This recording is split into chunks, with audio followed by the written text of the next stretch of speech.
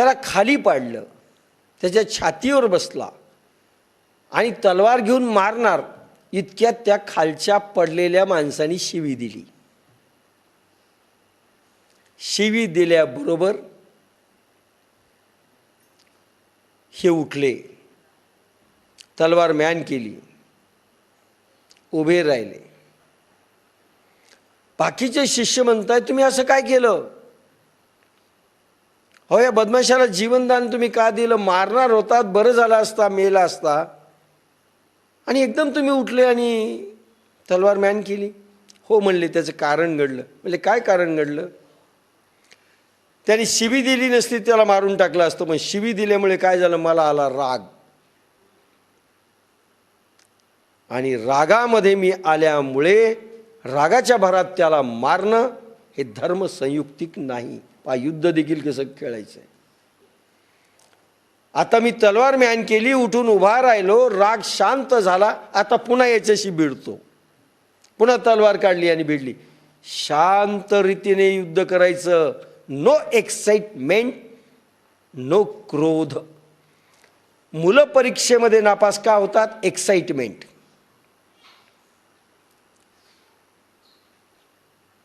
अरे बापरे, कसं होईल, कसं होईल. काही बाया थोडंसं दिवाळीचं काम असतं, कसं होईल, कसं होईल. नेहमी दिवाळी केलेली आहे बरं का. 4 पाहुणे येणार, कसं होईल, किती खातात कोणाला माहीत. उरलं तर कसं होईल, नाही केलं तर कसं होईल. एक्साइटमेंट, राग किंवा राग येतो कामामध्ये. राग आला की संपलं तुमचं. विकारग्रस्त होता कामा नये. मारायचं, त्याचा मर्डर करायचा, रागाने करायचा नाही, लोभाने करायचा नाही, मद नाही, मत्सर नाही, क्रोध नाही, शांतपणे मारायचं. केवढं अवघड आहे हो. याला स्वधर्म म्हटलंय. शांत, जगाच्या उपकाराकरता मारायचं, शांत. कपट बुद्धीनं मारायचं नाही, निष्कपट होवावे. द्रोणाचार्याला क्रोध करून मारायचं नाहीये, भीष्माचार्यांना क्रोध करून मारायचं नाहीये, निष्कपट होवावे.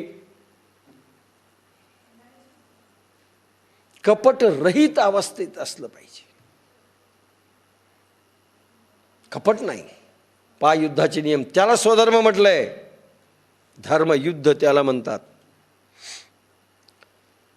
निष्कपट होवावे, उसिना घाई झुंजावे. रणासाठी प्रथम निष्कपट व्हावे, मग समोरासमोर आवेशाने युद्ध करावे. आवेश ठीक आहे, आवेश आलेला आहे, अभिनिवेश आलेला आहे, अस्मिता जागलेली आहे, पण राग नाही, कपट नाही. निष्कपट होवावे, उसिना घाई झुंजावे. आवेशाने युद्ध करावे. हे बोलणे असो, प्रत्यक्षच प्रसंग पुढे आहे तेव्हा फार काय सांगू असं भगवान अर्जुनाला सांगतायत. निष्कपट होवावे, उसिना घाई झुंजावे. हे असो काय सांगावे प्रत्यक्षावरी. याला स्वधर्म म्हटलंय. यद्रच्छया चोपपन्नम स्वर्गद्वारं पाव्रतं सुखिनः क्षत्रियः पार्थ लभन्ते युद्धमीदृशम्. आणि पार्था, न मागता प्राप्त झालेले उघडलेले स्वर्गद्वारच अशा प्रकारचे हे युद्ध मोठ्या भाग्यशाली क्षत्रियांनाच मिळते. समगीत ह्या श्लोकावर अनायासे पहा आले स्वर्गद्वार उघडले महाभाग्य क्षत्रियांचे असे प्रसंग युद्धाचे. यावर ओवी. अर्जुना झुंज देखे आताचे, हे हो का दैव तुमचे की निदान सकळ धर्माचे प्रगटले असे. हे अर्जुना, हे वर्तमान युद्ध पहा. हे जणू काय तुमचे पूर्वजन्मीचे भाग्यच उदयास आले किंवा सर्व धर्माचा ठेवाच तुमच्यासमोर उघडा झालेला आहे. इथे फक्त युद्ध असं समजू नका. आपल्याला देखील भगवंतानी ज्या कॉजसाठी, ज्या कार्यासाठी निर्मिती केली, निमित्त केलंय, ते जर नाही केलं तर दुर्भाग्य, दुर्भाग्य समजायचं. अर्जुनाची निर्मिती युद्धासाठी आणि राजर्षी योग प्रगटीकरणासाठी निमित्त झालेला आहे. समजेल ओव्या येतील ज्ञानेश्वरींच्या तशा. हे अर्जुना, हे वर्तमान युद्ध पहा, हे जुनं काय तुमचे पूर्वजन्मीचे भाग्यच उदयास आले. पूर्वजन्मीचं भाग्य पाहिजे बरं, तर भगवंत कार्यासाठी मती, बुद्धी, शक्ती लागते. सोपं नाही आहे. भगवत भक्ती देखील पूर्वजन्मच पाहिजे.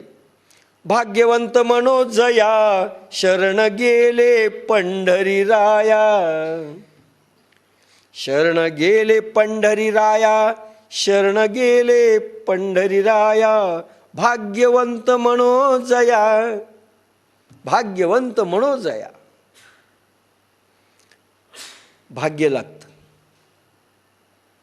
आणि तेही पूर्वजन्मीचं लागतं. नाही तर सध्याचे कामं सुधरूच देत नाहीत. कामच फार आपल्याला सुधरू देत नाहीत. काम काम, वासना आणि रामाविषयी हराम.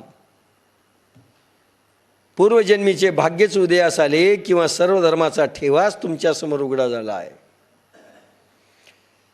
अर्जुना, ह्या युद्धाच्या निमित्ताने तुला स्वधर्माच्या धारा, अमृत धारा देखील पाहायला मिळतील, चैतन्याच्या धारा पाहायला मिळतील. भाग्य उदयास आले आणि सर्व धर्माचा जसा काय ठेवाच तुला मिळाला. सर्व धर्म ज्या पद्धतीनं पोचलेले आहेत आत्मसागराकडे, ती आत्मधारणेची पद्धत मी तुला देणार आहे. राजर्षी योगामध्ये धारणा प्रगट होत असते कर्मयोग संपल्यानंतर, आणि सर्व धर्मांकरता ती सारखी आहे. जैन गुरु जरी अनुभव देतील तर धारणा प्रगटली पाहिजे, बौद्ध गुरु देतील तर धारणा प्रगटली पाहिजे, ख्रिश्चन धर्म जरी काही कोणी देईल तर धारणा प्रगटली पाहिजे. धारणा, ध्यान आणि समाधी कॉमन अभ्यास. पण भाग्य उदयाला आलं पाहिजे. युद्धाच्या निमित्ताने का होईना अर्जुना, भाग्य उदयाला आलेलं आहे. हा सर्व धर्मांचा ठेवा तुझ्यासमोर उघडा झाला आहे. सर्व धर्मांना एकच तो मार्ग आहे, राजमार्ग. हा संग्राम काय मणिपे, की स्वर्गची येणे रूपे, मूर्त का प्रतापे उदय केला. याला काय युद्ध म्हणावे? हा तर तुमच्या प्रतापाने मूर्तिमंत स्वर्गच तुमच्या समोर या युद्ध रूपाने उभा केला आहे. अरे तुला नरक वाटतोय, पण मूर्तिमंत स्वर्ग आता उभा आहे तुझ्या समोर. तुला नरक वाटतोय अर्जुना. भाग्य लागतं रे, एखाद्याच्या नशिबात येतं. पृथ्वी तलावरचे भगवंत सांगतात म्हणून भगवंताच्या इच्छेने दुष्टांचा संहार करणं, यालाही भाग्य लागतं. जे आपल्या हाताने काम व्हावं, भाग्य लागतं. ईश्वर इच्छा आहे, ती परेच्छा आहे. आणि म्हणून मूर्तिमंत स्वर्ग तुझ्यासमोर येऊन उभा राहिलेला आहे. ते पुण्य लागेल बरं का. विश्वमेदिनी वाचवणं, पाप मुक्त करणं. विश्वमेदिनी, मेदिनी म्हणजे पृथ्वी, ही वसुंधरा पाप मुक्त करणं. यालाही भाग्य नको का हो? पुण्य ऑटोमॅटिक चालत आलेलं आहे. ना तरी गुणाचेनी पती करे, आरतीचेनी पडी भरे, हे कीर्तीची स्वयंवरे, आली तुझ, किंवा तुझ्या गुणांचा लौकिक ऐकून तुझवर अतिशय प्रीती वाढल्यामुळे ही कीर्ती रूप स्त्रीच तुला वरण्यास आली आहे.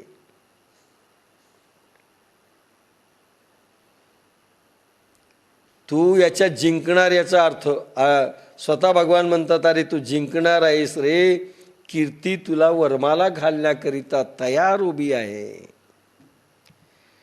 कारण तुझ्यावर त्याची प्रीती आहे, तिची कीर्तीची प्रीती आहे, प्रेम आहे.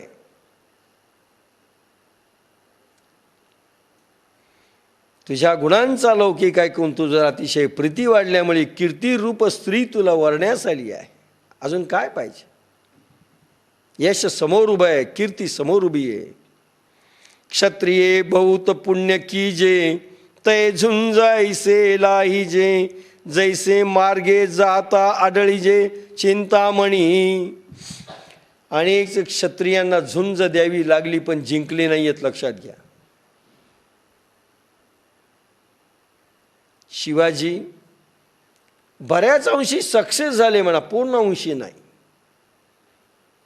अनेक पिढ्या युद्ध चाललेलं आहे शिवछत्रपतींनी सुरू केलेलं. राणाप्रताप सर्वस्वी जिंकले असं तुम्ही समजायचं काही कारण नाही. युद्ध चालू आहे, अनेक पिढ्या चाललेल्या आहे. पण इथे मात्र अर्जुनाने जिंकलाय. केवढं भाग्य आहे अर्जुनाचं. क्षत्रियाने बहुत पुण्य करावे तेव्हा त्याला हा असा धर्मयुद्धाचा प्रसंग येतो, ज्याप्रमाणे एखाद्या भाग्यवंतास रस्त्याने चालताना इच्छित फळ देणारा चिंतामणी एकाएकी सापडावा. भगवंत एवढंच सांगत नाही, माझ्यासारखा पाठीराखा असल्यानंतर तुला काय चिंता करावीस. अरे एखादाच प्रसंग असा येतो, भगवान पाठीशी आहेत, प्रत्यक्ष मागे आहेत, पुढे आहेत आणि युद्ध करायला सांगतायत. अनेकांनी स्वतः युद्ध केलंय, भगवंतांनी सांगितलं म्हणून केलंय का?